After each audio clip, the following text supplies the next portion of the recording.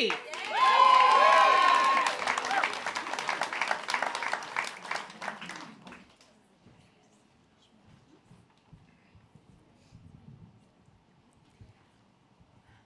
So I grew up in Orange County, California, before it was the OC and when any Real Housewife was just one of my friend's moms.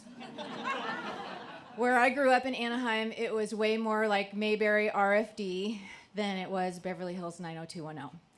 And it was great, though. It was a simple, wonderful place to grow up, but just not a lot of expectations. The expectations were more like people would get married right out of high school and start having babies. And a lot of people didn't even graduate from high school. Over a third of my class didn't make it across the line. And so it was a simpler time. And so there wasn't, we didn't have the internet. There just weren't a lot of options, and I wasn't getting a lot of career or advice of what I was going to do when I grew up. The advice that I got was, you better get in that kitchen and learn how to cook because you're going to be somebody's wife someday. And those are the options for girls back then, right? And so it just painted this picture that I would be chained to a stove, not that I was going to have any kind of romantic or fun life. And so I rebelled against that. I refused to learn how to cook. And I just knew that there was something more for me. I wanted more. Specifically, I wanted to be like Mary Tyler Moore. I wanted to be a career woman and work in an office just like she did on her TV show, right? And the signs were there that I could do more. I was a good student. I was in the gifted program. I wrote my brother's 12th grade paper so he could graduate from high school when I was in the 7th grade. It was about Kent State, and we got a B. And so when I graduated from high school, I had absolutely no plans. And so I did what a lot of other Southern California kids do. I got a job at one of the local amusement parks. So I had just enough self-esteem to think I was too good for the Movieland Wax Museum.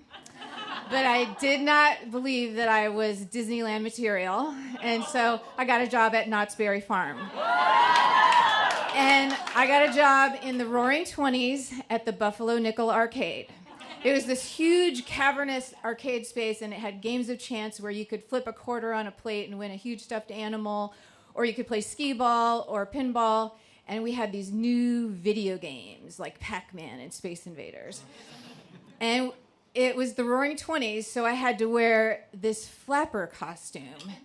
And think Downton Abbey drop-waisted chic meets the polyester practicality of Hot Dog on a Stick, and you've got the outfit, right? It was not cool. But something that was cool was that at the amusement park, I worked with kids from all over Southern California, and so a lot of them actually had plans for their future. A lot of them were going to college and things, so it started to rub off on me. So one day I was working in the coveted change booth. This was the primo shift to work in because you got to sit down all day and you got to make announcements over the loudspeaker, which was fun. And so my lead, Helen, walks over to me and she goes, "Cindy, do you know why you get to sit in the change booth so often?" And I said, "No, why?" And she said, "Because your change count is always accurate." And I said, "Well, how hard is counting? How hard can that be?" And she said, "Well, you would be surprised." And so I was left to think that, either my peers couldn't count or they were thieves. And so then she asked me, "Are you good at math? Did you do well in math in high school?" And I said, "I did. I'm not one of those people who's afraid of math. I like math." And she said, "If you're good at math, you should apply to a university and major in computer science. It's a growing field. They're going to need women, and starting salaries are $25,000. $25,000! Oh, my God. I was making $2.20 an hour with absolutely no plans of how to increase my income from that point, right? And so $25,000 sounded like a gold mine. And it sounded like that life of more, and it sounded like a ticket out of my parents' house in Anaheim. So I figured out how to apply to San Diego State University, and I checked the box that said computer science, even though I really hadn't touched a computer up until that point. And I got in, done and done. You had me at $25,000. So, and then I got in, I went to school, I eventually graduated, and my first job out of college paid $28,000. So I was ahead of the curve. So that was 30 years ago, and I've had this wild ride in technology ever since. I worked on the space shuttle, I've worked on submarines, I've worked on missiles, I sent spacecraft to other planets. I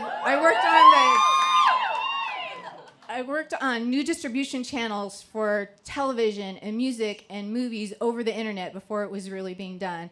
And now I build learning systems to help people be great at their jobs.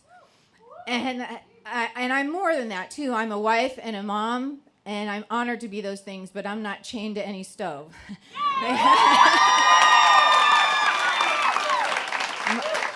My husband does all the cooking, and he is amazing at it.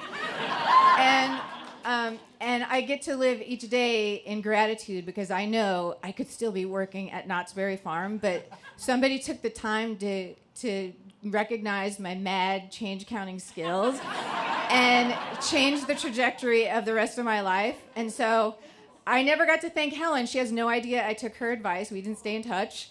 And so I try to pay it forward every day and catch people being good at things.